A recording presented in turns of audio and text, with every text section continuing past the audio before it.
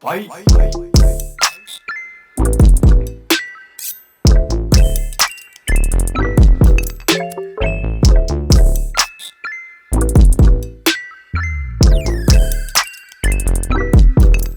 Hey, what's up, y'all? Welcome to the inaugural episode of Dropping Jewelry with Kabelo. And I'm your host, the main man, Kabelo, also known as, capital K, also known as K Boogie, also known as the best to ever bless a podcast mic. It's been a long time coming. It's been a long time coming.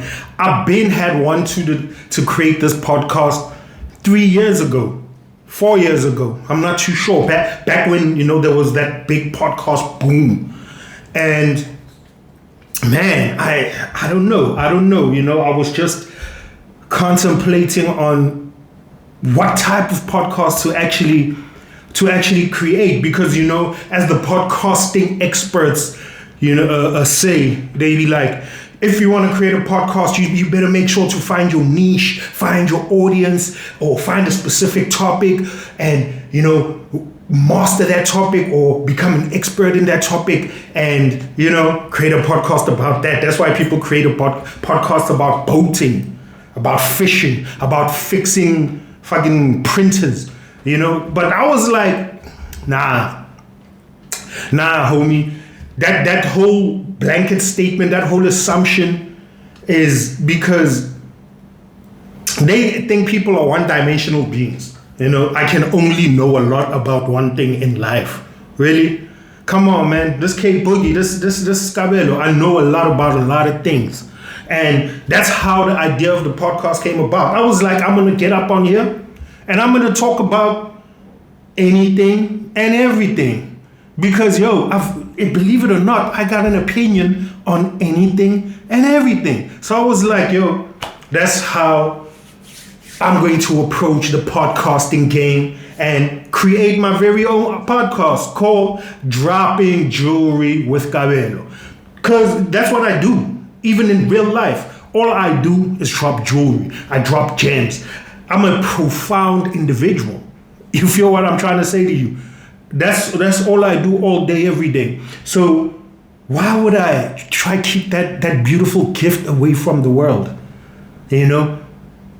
I'm here to bless you and drop some real jewelry here.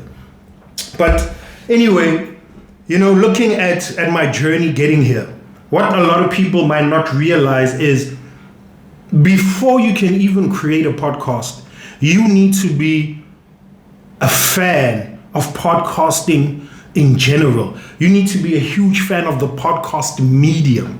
And ever since the big podcast boom, I was really locked into podcasts, and I really enjoyed them. They were very different from reading books or watching movies.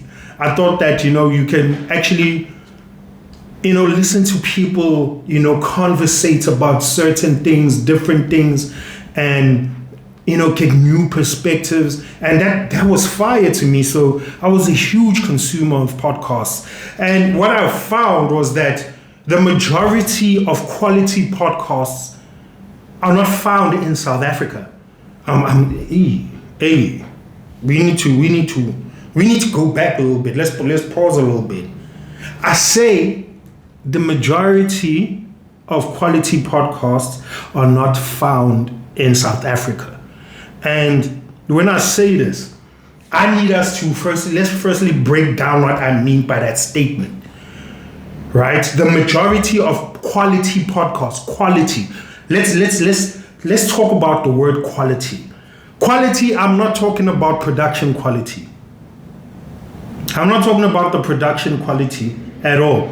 Because a lot of the podcasts produced in South Africa have, I would say, A-grade production quality. You know what I mean? You can see there's a big budget behind there. You can see they're using the best cameras, wada. But when I talk about quality, I'm talking about the quality in content. The quality in content. So now let me make an example. Arguably the biggest podcast in the world is the Joe Rogan Experience. And a lot of people don't understand why that is. I can tell you why that is, baby. I can tell you why that is. It's because of the content contained within that podcast, right? If you look at the type of individuals that Joe Rogan interviews, these are people who, firstly, are very accomplished within the specific fields that they're engaged in. So you have very accomplished comedians, you have very accomplished actors, very accomplished musicians, astrophysicists, urologists, oncologists. You have people who are really within a specific field, really locked into a specific field, and people who have built the expertise within that field, and they literally go on there and discuss their field, right? And what makes Joe Rogan such a good podcaster or an interviewer is that he really is able to get the most out of the individuals he interviews. He's able to get the best insights about their specific field, about their specific skill set. He's able to get that key insight. So you end up walking away from watching a podcast like that having learned something. Now myself, I might not necessarily learn something every new episode of, let's say, Joe Rogan, but most definitely those episodes always give me something to think about. It gets my cognition popping. And I think that's the mark of a true podcast, and looking at the podcasting landscape worldwide, you have shows like that. You have shows like, I think Jordan Peterson, the Jordan Peterson show, and there's a few more that I think that really, have that depth of quality content that enables one to stay engaged in the actual podcast. So that's how I rank the quality of a podcast. That's how I assign value, assign quality. You feel what I'm saying to you? Now, going back to my original statement that South Africa doesn't have too much. Let me not say South Africa does not have quality content. Let me just say that it does not have a lot of quality content when it comes to podcasting. Because all you need to look at is the podcasting landscape, right? What is the biggest podcast in South Africa? Does anybody know? Me as a consumer of the podcast, one thing about me is, firstly, I would love to support global. I would rather watch a quality podcast on a South African platform rather than go watch, the US or Australian or Great British, podcasts. I'd rather watch one, from here at home. Because firstly, the content will be local, so I can relate to it better. But also, I would like to learn more about South Africa as a country, as a people, as a nation. I would like to learn more about society in there. I would like to learn about industry. There's so much that I would love to learn about, but unfortunately, we do not have those podcasts that are exposing that side of South Africa. At all, which is, I would say, borderline criminal. Yes, it's borderline criminal. So I did a little audit, an audit of the podcasting landscape, and I was like, wow, the biggest podcasts in South Africa are entertainment based. That's fact. That's big facts. They are entertainment based. And what do I mean by entertainment based? Let me hit this one time. When I say entertainment based, basically what I'm trying to say is that these podcasts, the content is underpinned by entertaining topics. They engage in gossip. They want to talk about society, about the people in society, but more in a gossipy type of way, rather than, and I hate to use the word, rather than in a more intellectual type of way. So I'm going to, let's for instance, I want to do a case study of this. For instance, the podcasting show with Mag G. Listen, that's arguably the biggest podcast in South Africa, podcasting show. And it has the biggest audience. And I think also, what happened was they were lucky because they were one of the few to get into the podcasting market first. And because of that, they enjoyed such a huge audience, right? And captured it very quickly. That's why it was growing at such a, phenomenal rate. Another thing is because of Mac G's prior history as a radio jockey, or as a radio host, he had access to a lot of, individuals who have high standing in society. And when I say high standing, what I'm talking about is he had a lot of access to celebrities, right? And that was the biggest draw card for people, being that, you are able to go there, look at an interview with some of your favorite celebrities, and in essence that would, make you learn more about them and bring you closer to them, yada, yada, yada. But at the end of the day, you are not learning anything. That's the honest truth. You are not learning anything. A person was telling you about how they became a famous musician, or, how they became an actress, or they were a prisoner and then became a political leader. Listen, that shit is overplayed, my boy. That shit is heavily overplayed, my boy. So what I need you to do is understand that entertainment-based podcasts it's kind of like fast food, bro. Like it's fast food is very enjoyable, tastes good, but it's not really healthy for you. And this is what these things are, because you can watch, you can spend 1.5 hours watching an interview, for instance. And I promise you, at the end of that 1.5 hour, you're going to feel, wow, that was a nice interview, because obviously it's a celebrity, so already your attention is there. But after that 1.5 hours, you ain't learned shit. That's the truth. You ain't learned nothing, And because of that, I was like, damn, I really need to open up a podcast where I can, try to kind of provide a fresh perspective, fresh insights on topical issues, on not even issues, but topical things. You know what I mean? Because family, like you watching podcast and show, and they having an interview with the Slay Queenie, my guy, like on a real level, right? In 2024, what the fuck do you think a Slay Queen could teach me about life?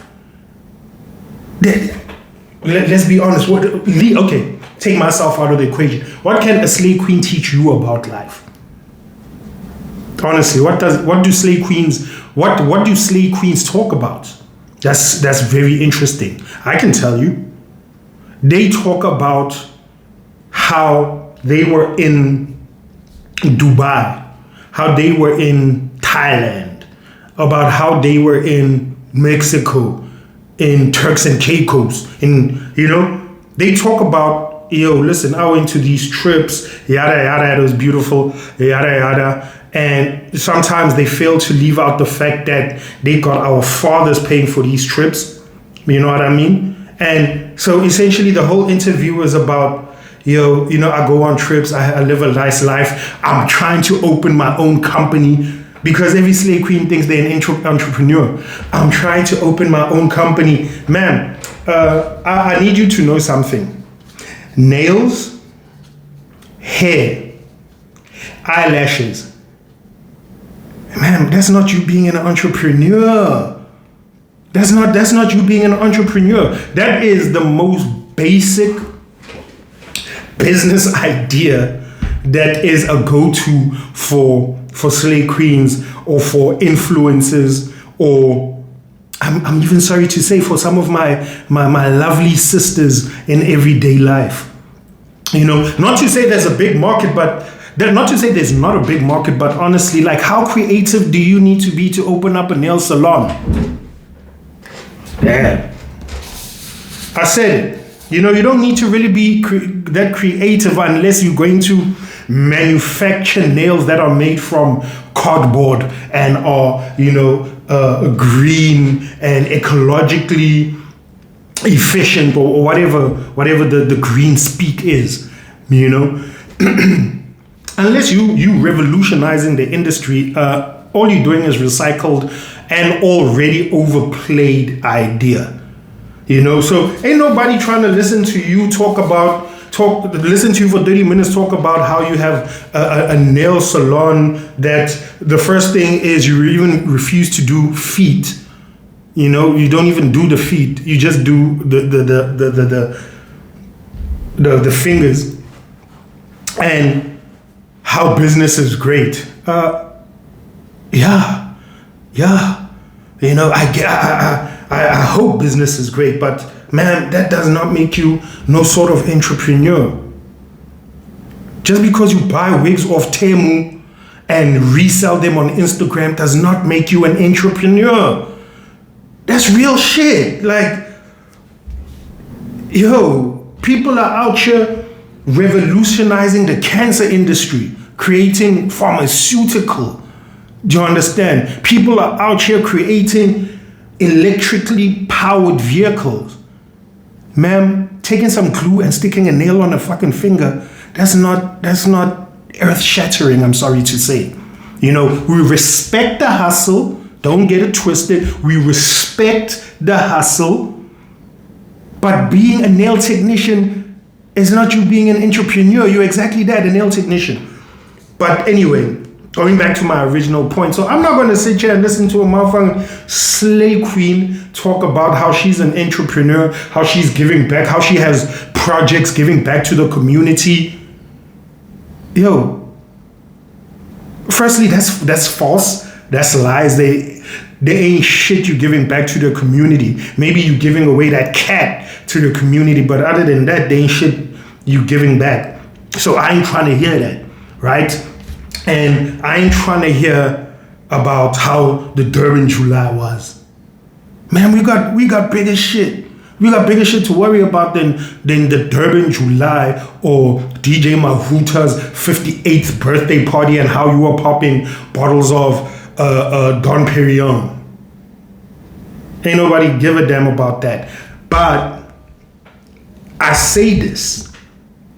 I say nobody give a damn about that, but those are the most viewed, you know, podcasts in South Africa. So South African society actually really does give a damn about that. And when I talk about South African society, don't get it twisted. I'm talking about black people, because we make up 80% of this motherfucker anyway. So South African society is, you would say, addicted to pop culture. You're addicted to what's new and happening right now. I think we might be the biggest consumers of, in what I would like to say, garbage. Do you know? We really consume a lot of garbage. I mean,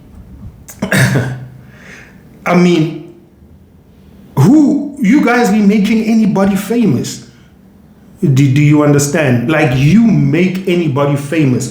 I'm actually kind of annoyed and a little disgusted at South African society a little bit, because y'all done made Skomota famous. Family, how y'all make that boy? How did y'all make that boy famous? Like, on a real level. How did y'all make that boy famous? Because from what I understand of the situation, there or some sort of, windfall that came about his way. I think he won a couple millions from a sports betting site. And after that started, gaining a lot of, social media hype for his irresponsible financial decisions, right? So I want you to understand, like, what I'm trying to say to you guys.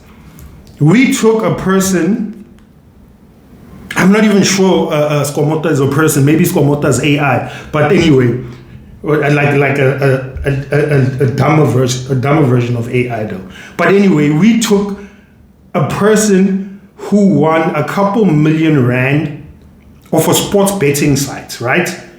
Took those millions and went and spent them and is still spending them very, very, carelessly, right? So we took that boy, we took his financially irresponsible lifestyle and his inability to dance. Because that boy can't dance. I jive that boy is a jiver, right? We took all of that. We took all of that and we made that famous, right? And see, that's just a reflection of our society. You know what I mean? Like, I ain't even hating on the boy. I can't hate on him. I don't know that boy. You know what I mean? But I think it was yesterday, I was watching one of the podcasts, and he was a guest on that podcast. I promise you, the 63 seconds I spent in total watching that podcast gave me a learning disability. That's it. That's what happened. I had a temporary learning disability for just watching that for 63 seconds. Family, those are the mad rumblings of a person who, that's what I'm saying. I'm not even sure if that's a person. I'm thinking that's AI. You know what I mean? Of a person who has absolutely nothing to contribute to my life, except for drinking ice tropay and dancing like he's got scoliosis. You know what I mean? Like, except for all of that, there is nothing he's bringing into my life. He's decreasing from my life. He's decreasing my mental capacity, and I hate that. I hate that I allowed that to happen for 63 seconds. And these are the people who we are glorifying in society. We're glorifying these people and we're giving them platforms. Not only are we glorifying them and giving them platforms, you're giving them money because they are booking them at your venues, at your events. These people are hosting parties. You've got this guy hosting parties. That boy can't even really speak like that. He can't even really speak like that. And what and what I thought was, what? South African society, y'all silly a little bit. Because I thought that y'all were, laughing with the boy. I'm thinking you guys are actually laughing. You put this boy on a pedestal just so you can laugh at him, because that's how y'all is. Damn, y'all some dirty niggas. Y'all really put that boy on a platform so y'all can essentially ridicule my homie. Y'all ridiculing that boy, because there is no way somebody sitting like this, listening to a podcast of Skomota speaking and be like, oh shit, that makes actually a lot of sense. There is no way. And if they are people who do feel like that, my professional opinion would be for you to report to the nearest psychological ward or learning disability ward, because y'all tripping. Y'all big tripping. But this is what I'm trying to say about podcasting, that y'all take whatever and whoever and y'all put them there and interview them and expect us to come away with something from these podcasts. Guys, we need to stop. We need to actually reevaluate our consumption habits on a heavy level, right? I think social media has, I'm trying to be politically correct here because I don't want to use the R word. So I will say social media has dumbed us down a little bit. Yeah, it has put us into a perpetual state of retardation. That's what social media has done. Look, when I open my social media, right, the first thing that I see, if it's not silly behavior and, celebs doing crazy things, the first thing I see, which I need y'all, can somebody please send me a mail maybe explaining this? What is the trend of chicks, right, going onto social media and dancing? Like, you go onto social media and you dance. Firstly, ma'am, you're not a dancer. That's the first thing. The second thing is, ma'am, you cannot dance. That's the second and most important thing. You cannot dance. The third thing is, yes, we see that ass. We see it. Ma'am, you don't need to pretend to be a choreographer. You don't need to pretend to be a dancer for you just to show us your ass. We see that shit. We've been seeing it. You know what I mean? We understand you got a nice body. But stop trying to mask the fact that you want us to see, the nyash by getting on that motherfucker and dancing. We see all do that. And you know what the crazy thing is? There's thousands and thousands of girls from, young chicks, probably in high school doing that. How do you get on social media and sexualize yourself so early? Society, you see, you know what? I've started to realize, the podcasting landscape, the quality of content on social media, this is a direct reflection of society, of the society we live in. Because these things, for me, wouldn't be a problem if people didn't give them so much attention. This is what I'm trying to say. Like, look, I'm gonna say it. Like, I'm not a hater of a lot of podcasts, like, Chilling with Mac G or whatever. I'm not whatsoever a hater, right? And I respect what I've done from a business perspective because I'm a businessman, and I'm a professional. I respect what they have done, right? It's just the content there is not really the one for me, right? You got other content like the Hustler's Corner with DJ's Boo, whereas, fam, look, we understand, the Hustler's Corner, you're going on there talking about business, but you're not really talking about business like that, family. Like, y'all, you know what the thing is? Here's the sad truth. Just because you create a podcast called the Hustler's Corner, where you introduce sometimes legit businessmen, most of the time you are interviewing people who are still on their journey, probably will never get there, but blessings to them. Just because you go on this podcast and you use a little bit of business jargon doesn't make you a South African business magnate. You are not a South African business, leader. You are not. You are not, sir. Just because you talk about the square mileage and hectareage of my property, of the property I'm buying so that I can turn into middle class loft. Just because you talk like that doesn't mean that you're a businessman. You might have read some business books. I give that to you.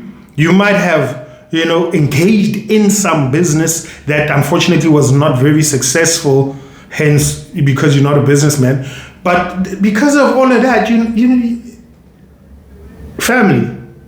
You're not a businessman, you know? So just because the society has tried to label you as a businessman simply because of simply as a result of your own self-marketing, doesn't mean, you know, anybody who can think critically. And when I say think critically, like, I'm saying anybody who understands that 2 + 2 is 4. We see through that. Look, man, like, family, you're not a businessman like that because you've been doing business for 20 years, and what do you have to show for it? An energy drink that fucking burns the throat? Nigga, hell nah. So, you know, this is what we faced with. This is what we faced with, and it's like this in that form or another across the entire podcasting landscape. That's the reason why I was like, you know what, I need to get on here and really spit some game to y'all people, man. I really need to drop some jewels on you. You know, I need to really put some jewelry on you, and there's a huge opportunity. You know, what I would like is for us to tap into the huge amount, you know, of experience, huge amount of creativity, huge amount of just, you know, intellect that is available in South Africa. And that's by really going out and finding, you know, people who have a legit story to tell. My boy, just because you went to jail for 10 years and came back does not mean you have a story to tell. You're a criminal, homie. You're a criminal who went and served time. We need to go into society and find the people who really, you know, have moved things forward. You know, we need to find, you know, doctors who are coming up with experimental, you know, medical practices that have wide-reaching applications into you know, life. We need to talk about engineering. Talk to engineers about, you know, the marvels of engineering, how the Gautrain was built. You understand? We need to talk about spirituality with an Ayatollah, you know, with a priest. And I'm not talking about, you know, your priest that sprayed doom on your face, you know, but we're talking about, you know, priests who've been in the game for a long time, who are akin to Pope Francis. You feel what I'm saying? We're trying to tap into that type of potential, that type of resource, right? We're trying to learn now, because the South African population, predominantly its youth, has been retarded by the information that they are consuming, and it just saddens me. It just saddens me. I feel like we're at a place in time where we are more educated, we have more freedom of movement, and we have more opportunity, and we should literally be leveraging that. Instead, what's happening is, if you take a look at the youth of South Africa, what are their priorities? If you take an average South African youth, let me say this. If you take a 22-year-old South African, 24-year-old, let's say 24-year-old, right? A black South African who went to high school, went to uni, graduated, is now working. What is the priorities of that person? Gender unimportant. What is the priority of that person? I'll tell you. The priorities of that person, firstly, is, bitch, I'm working now, so y'all gonna feel me, right? So I'm gonna stunt on you. I'm gonna get a car. I'm gonna get my own apartment. I'm gonna dress as nice as possible, just so you know, I can show you that I'm doing well so that you can acknowledge me and give me approval so that then I can come and feel better about myself all in all, right? That's firstly the mindset. The priority is show me what is happening on Saturday. That's the priority. Y'all are grooving like, I don't know, y'all are grooving like apartheid didn't happen. You know what I mean? Y'all are grooving like y'all millionaires out here. And y'all really make it look like y'all millionaires, but y'all really are taking it to that next level. And trust me, I have no judgment in that because I come from that. I was also in them streets. You see how you in the streets right now? Not you in the streets, you for the streets as well. So you in the streets and you for the streets. You're a street person, street activity. But anyway, South African youth is focused on groove. I need to be fucking that groove, partying my ass off, drinking my ass off, being as promiscuous as possible because, we for the streets. And, really labeling that as me enjoying life. Just because I party every Saturday doesn't mean I'm enjoying life. Just because South African young society parties every weekend does not mean you're enjoying life. It does not mean that you're enjoying life. Going out every weekend is not enjoying life. What's happening with the South African society and the reason why we are partying our asses off is because there's a deep-seated trauma there. We don't like to admit it, but we are one traumatized nation. Firstly, because of our history, yes, and people are going to be like, "Yeah, you guys always use your history, as an excuse." Bitch, were you there? I don't think you was there. So don't tell us we're using our history as an excuse. That shit happened. That you think it's all smiles today? That shit happened. That affected us, right? So we have the trauma of the history, right, where we were not seen as people. Then we achieve some sort of freedom, and then we are traumatized by, firstly, the people we put in charge never gave a damn about us, right? So we have a government who doesn't give a damn about their people. Their only priority is self-enrichment. And because of that, we get so traumatized simply because we're losing jobs. There's not enough jobs to go around, etc. And that's a very traumatic thing, right? And I think young black South Africans are trying to counsel themselves, through enjoyment, through alcohol, through dancing at festivals, through, having as much sex as physically possible. This is how we are counseling ourselves, and that's okay. And that's okay, but unfortunately, the effect of that is very evident now, because we don't have a youth that is focused on the future or focused on the next generation or focused on how we can make things better or focused on what can we create that can benefit us, as a whole and leave legacy. What can we create to do that? We are not focused in that, because what we are focused on is the traditional way of doing things. You go to school, you get a job, you die. Family, you go to school, you get a job, you die. That can't be your life, family. That can't be your life. So what I suggest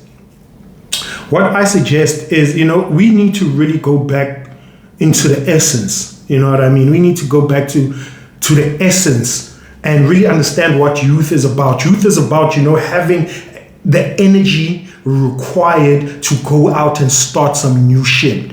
Go out and pursue some new shit. You know what I mean? You right there sitting at home, what is your dream? Do you know what I mean? What is your dream? What is your interest? What are you interested in?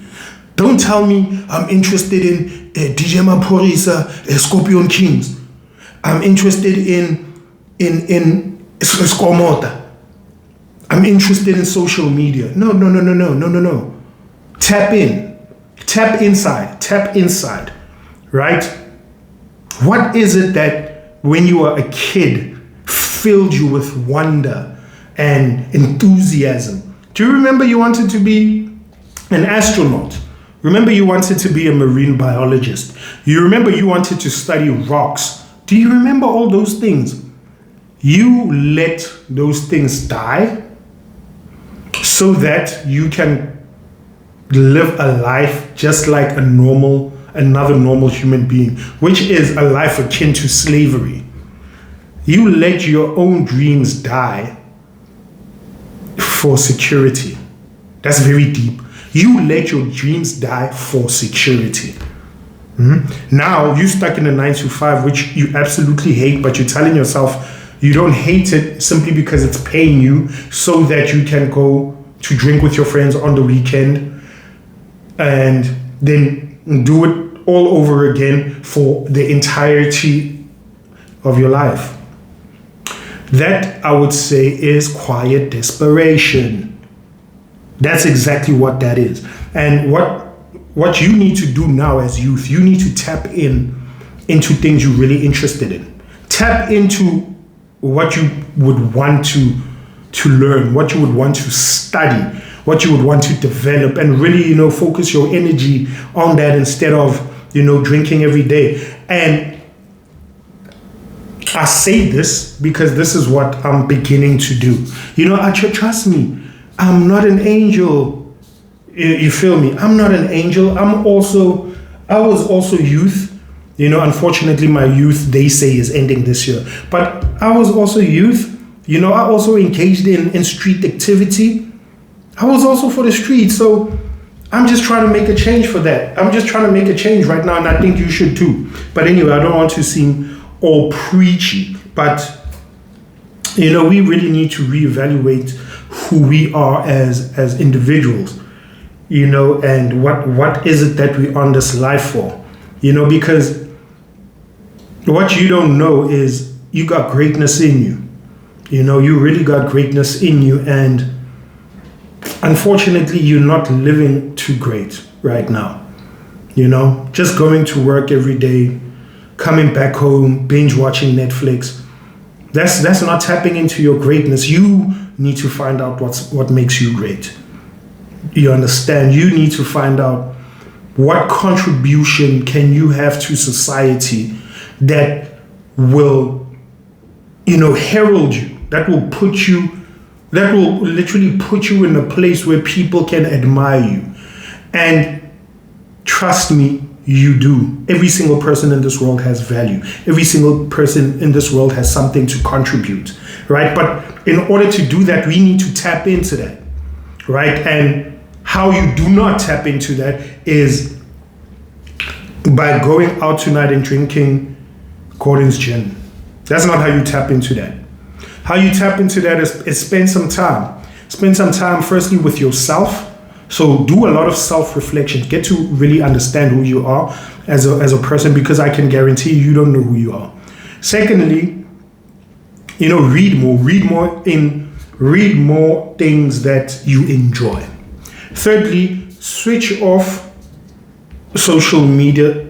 I know it's impossible to switch it off, absolutely, completely. But switch off the content that is putting you in a state of retardation. Switch that content off, and really start consuming content that is good for your own growth.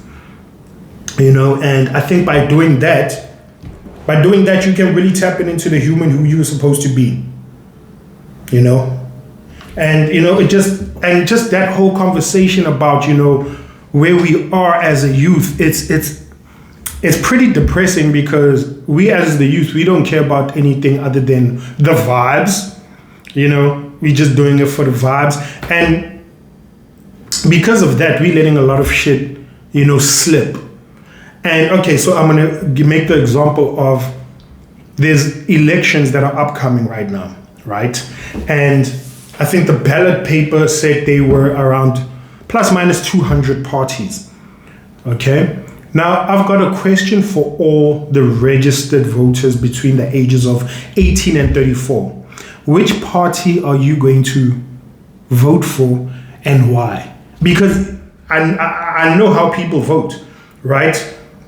People vote, number one, from force of habit. So because you've been voting for a specific party your whole life, you're just going to vote for that because you're going to vote for them again because you blindly loyal, even though they've, you know, up your bum.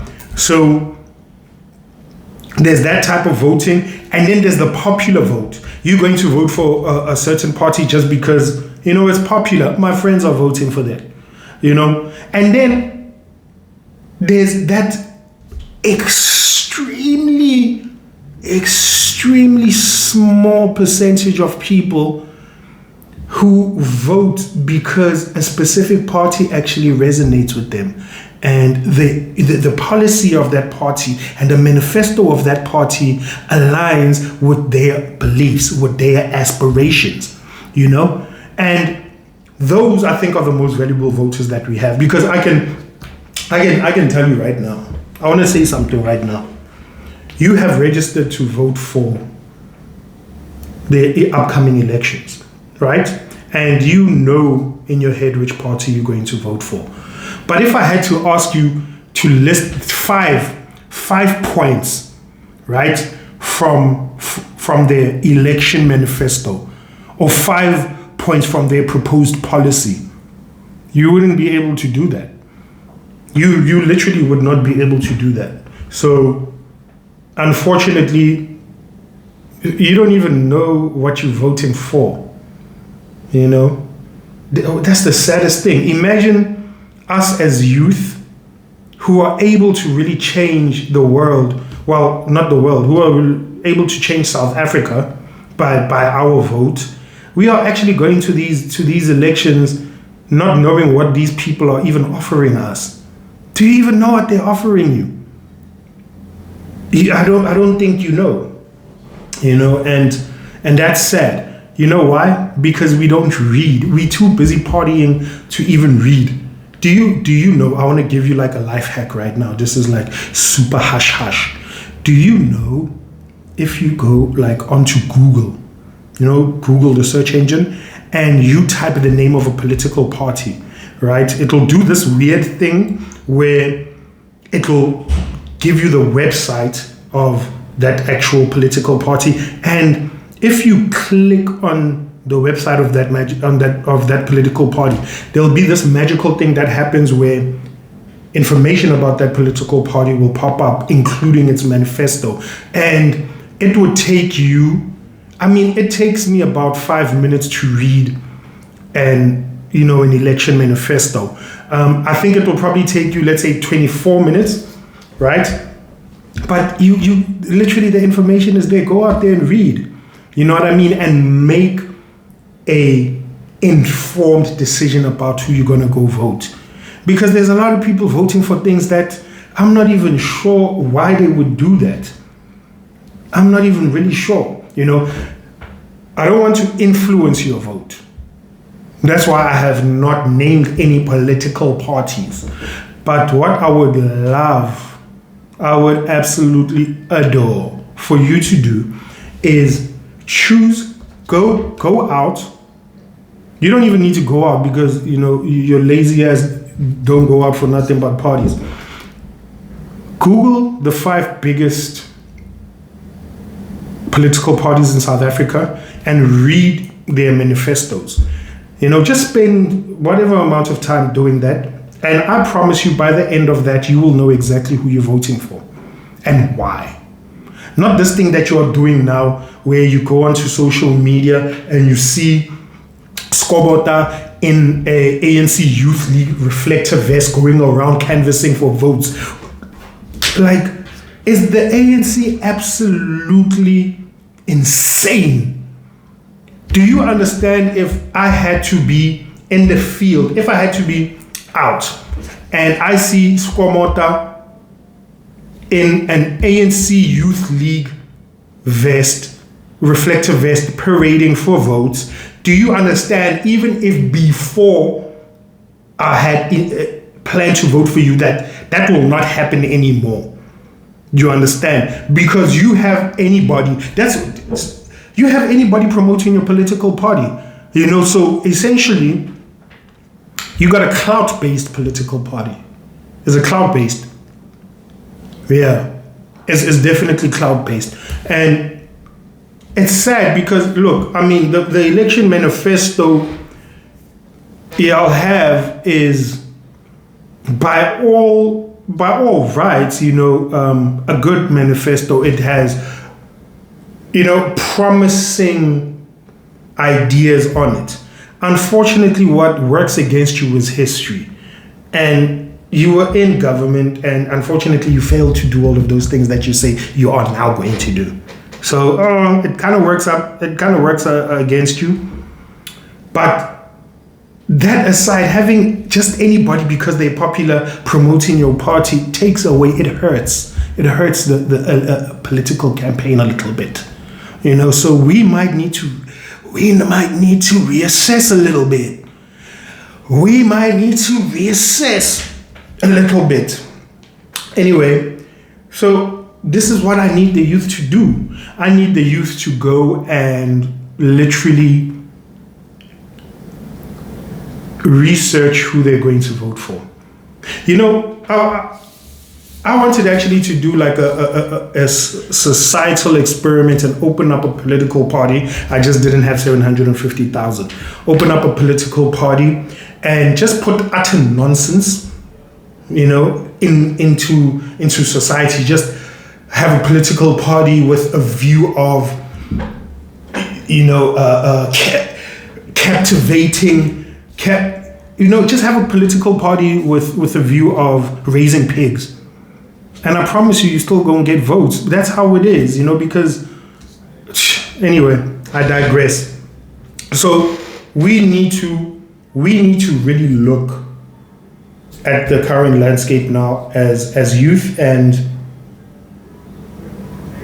think about where we're going as we go forward. And one thing that you need to understand is about society right now is that we are very much divided, whereas we have one thing that could better all our lives, and that's strength in numbers.